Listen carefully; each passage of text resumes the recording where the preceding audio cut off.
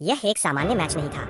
Wankhede stadium के आसमान में एक अजीब सी बैंगनी रोशनी चमक रही थी। टीम इंडिया के खिलाड़ी मैदान पर थे, लेकिन उनके चेहरे डर से सफेद थे। उनका सामना किसी दूसरी देश की टीम से नहीं, बल्कि एवेंजर्स से था।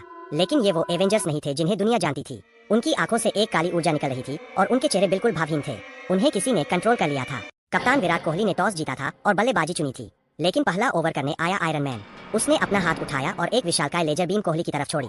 कोहली ने बल्ले से बचाने की कोशिश की, लेकिन बल्ला उस बीम के आगे राख में बदल गया। यह क्या हो रहा है?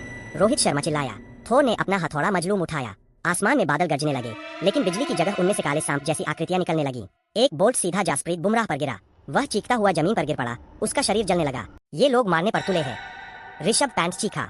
हॉकाई ने एक तीर छोड़ा जो हवा में ही विभाजित होकर हर खिलाड़ी की तरफ बढ़ने लगा। महेंद्र सिंह धोनी, जो अब कोच थे, पवेलियन से बाहर दौड़े, लेकिन उन्होंने देखा कि तीर हवा में ही मुड़कर उनकी तरफ आ रहा था। अचानक ब्लैक विडो स्टंप के पीछे से प्रकट हुई और उसने अपने बाइपोडिक नंचक से रविंद्र जडेजा के पैरों को जकड़ लिया।